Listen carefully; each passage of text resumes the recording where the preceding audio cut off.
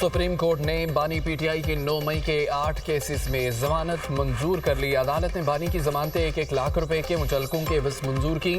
Supreme court ने दरख्वास्तें अपीलों में तब्दील करके मंजूर कर ली। तहरीरी फैसला जारी। 4 सफ़ात पर मुश्तमिल फैसला चीफ जस्टिस याहिया अफरीदी ने तहरीर किया।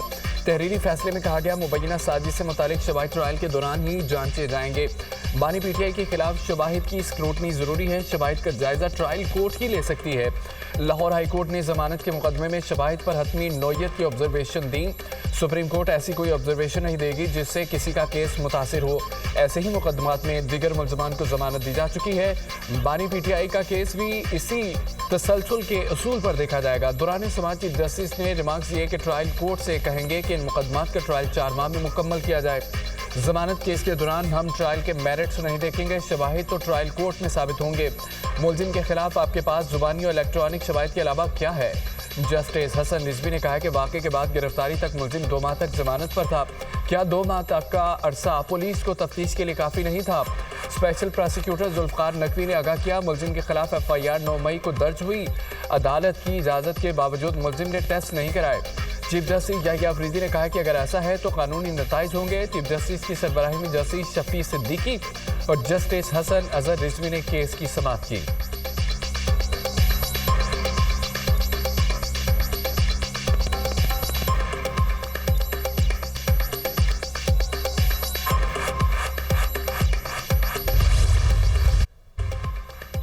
फील्ड मार्शल सैयद आसिम मुनीर ने ब्रसेल्स में कोई इंटरव्यू नहीं दिया, ना ही तहरीक इंसाफ से मुसालहत का कोई जिक्र किया।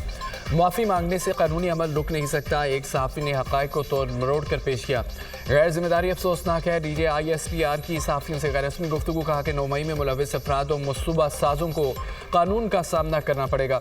ऐसे इंतशार में मुलव्विस लोगों को माफ़ी मांगनी चाहिए, क्योंकि ये फ़ौज नहीं बल्कि रियासत पाकिस्तान के खिलाफ साजिश थी। लेफ्टिनेंट जनरल अहमद शरीफ चौधरी ने मज़ीद कहा, पाकिस्तान ने अंदरूनी और बैरूनी महाज पर दुश्मन को शिकस्त दी।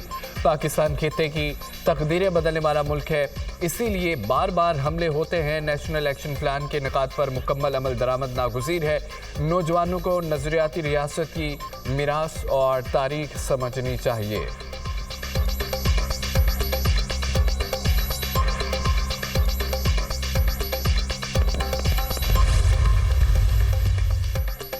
मई के हवाले से झूठा बयानिया बनाया गया है, इस पर हम क्या माफ़ी मांगें? फैसले को ऐवानों में बैठे लोग समझ जाएं तो अच्छा है, वरना अल्लाह की लाठी बेआवाज़ है। अब बानी पीटीआई सिर्फ एक केस में गिरफ्तार है। सलमान अकरम राजा की प्रेस कॉन्फ्रेंस। आमिर डोगर ने कहा कि झूठे मुकदमात और झूठी कहानी के बावजूद हक़ाइक़ सामने आ गए। एक दिन बानी पीटीआई सुरखरू होंगे। असद कैसर ने कहा है, सुप्रीम कोर्ट ने 8 केसेस में बानी पीटीआई को जमानत देकर वाज़ेह कर दिया, ये तमाम केसेस नाजायज़ हैं। तमाम केसेस बोगस और सियासी बुनियादों पर कायम हैं। चीफ जस्टिस और सुप्रीम कोर्ट को सराहता हूँ, इंसाफ पर मबनी फैसला दिया। उम्मीद रखते हैं कि वो तमाम मातहत अदालतों को बगैर किसी दबाव के फैसले करने की हिदायत देंगे।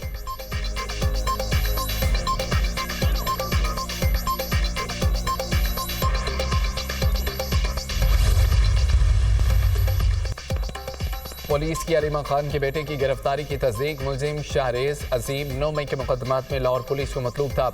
मुलजिम को आज अदालत में पेश किया जाएगा। रियासत मुखालिफ सरगर्मी में मुलव्विस अफराद किसी रियायत के मुस्तहिक नहीं। DIG investigation.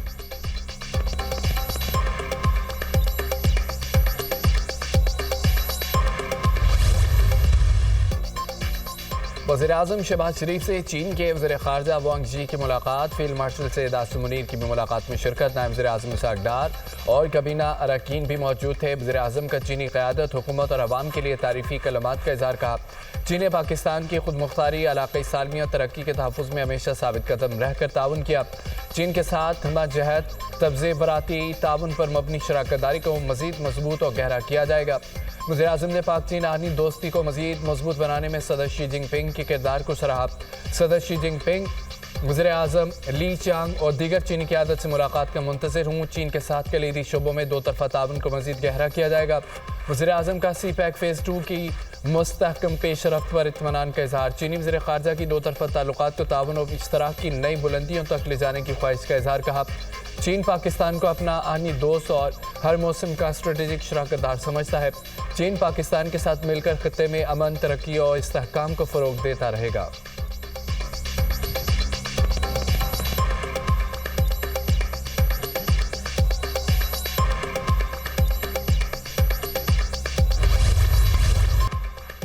कराची में एम जिना रोड के करीब पटाखों के गोदाम में धमाका, आग लग गई। मलबे से एक शख्स की लाश निकाली गई।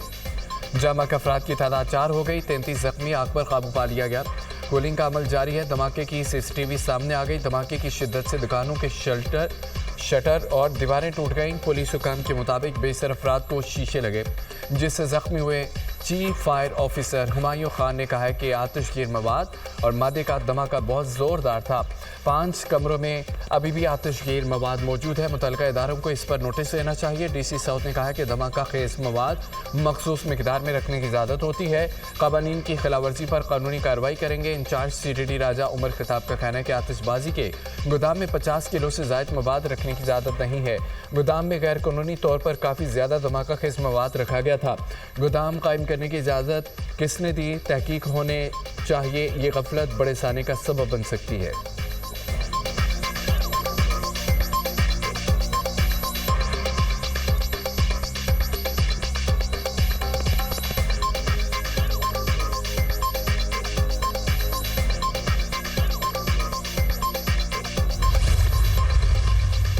सदर मुमलिकत आसिफ अली जरदारी की शहीद मेजर रिजवान ताहिर के घर आमद। अहल खाना से इज़हार यकजहती। मेजर रिजवान ताहिर ने नोशी ऑपरेशन में IED धमाके के नतीजे में जाम शहादत नोश किया। सदर मुमलिकत ने शहीद ऑफिसर को खराज अकीदत पेश किया। कहा कि मेजर रिजवान शहीद, बहादुर और निडर ऑफिसर थे। उन्होंने जान देकर कौम का सर बुलंद किया। फ़र्ज़ की राह में जान कुर्बान करके शहादत की अजीम मिसाल कायम की। शुहदा की कुर्बानियाँ रायगा नहीं जाएंगी। वज़ीर दाखिला मोहसिन नकवी भी सदर मुमलिकत के हमरा थे।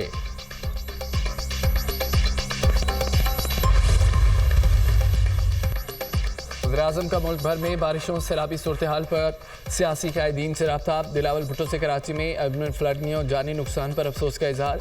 शहबाज शरीफ की सिंध हुकूमत को वफाकी सतह पर हर मुमकिन ताउन की पेशकश। वज़ीर-ए-आज़म की चेयरमैन NDMA को सिंध हुकूमत से मुकम्मल राब्ते में रहने की हिदायत। लोगों को मुमकिन खतरात से पेशगी आगाह करने पर जोर। वज़ीर-ए-आज़म की अमीर जमात इस्लामी हाफिज नईमुर रहमान और डॉक्टर खालिद मकबूल सिद्दीकी से भी टेलीफोनिक रब्ता। हालिया बारिशों से नुकसानात और इमदादी सरगर्मियों पर तबादला ख्याल।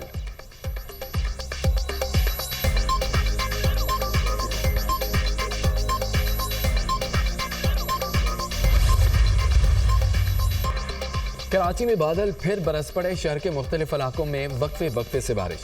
नॉर्थ कराची, सरजानी टाउन, सफूरा में बरसात। गुलशन इकबाल, नॉर्दर्न बाईपास में बारिश। शाह फैसल टाउन, मलीर, कैंट, तारिक बिन ज़ियाद और अतराफ में भी बादल बरसे। सिस्टम वक्त के साथ मजबूत होने का इम्कान है और मूसलाधार बारिश मुतवक्के है। महकमा मौसमियात के मुताबिक मानसून सिस्टम 23 अगस्त तक असरअंदाज रहने का इम्कान है। शहर में तालीमी इदारे बंद रहे। तूफ़ानी बारिश के बाद मुख्तलिफ सड़कों पर ताहाल पानी मौजूद। यूनिवर्सिटी रोड, पुरानी सब्जी मंडी के करीब पानी जमा होने के बायस शहरियों को आमदोरफ्त में मुश्किलात। चांदनी चौक के अतराफ नाले उबल पड़े।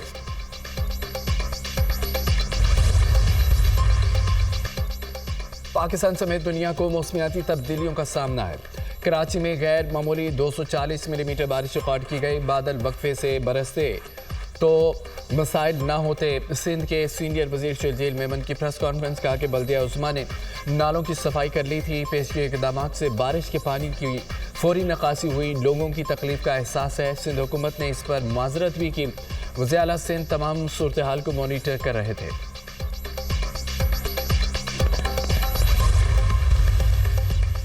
दरिया सतलुज में हेड गंडा सिंह के मुकाम पर पानी की सतह में इजाफा। मंजराबाद इंतजामिया ने हाई अलर्ट जारी कर दिया। हेड सुलेमानकी के मुकाम पर 1 लाख क्यूसेक का बेला पहुंच रहा है। किसी भी नागहानी सूरत हाल और किसी बड़े जानी और माली नुकसान का खदशा। दरियाए बैल के मकीनों को फौरी तौर पर जगह खाली करके महफूज मकामात पर मुंतकिल होने की हिदायत।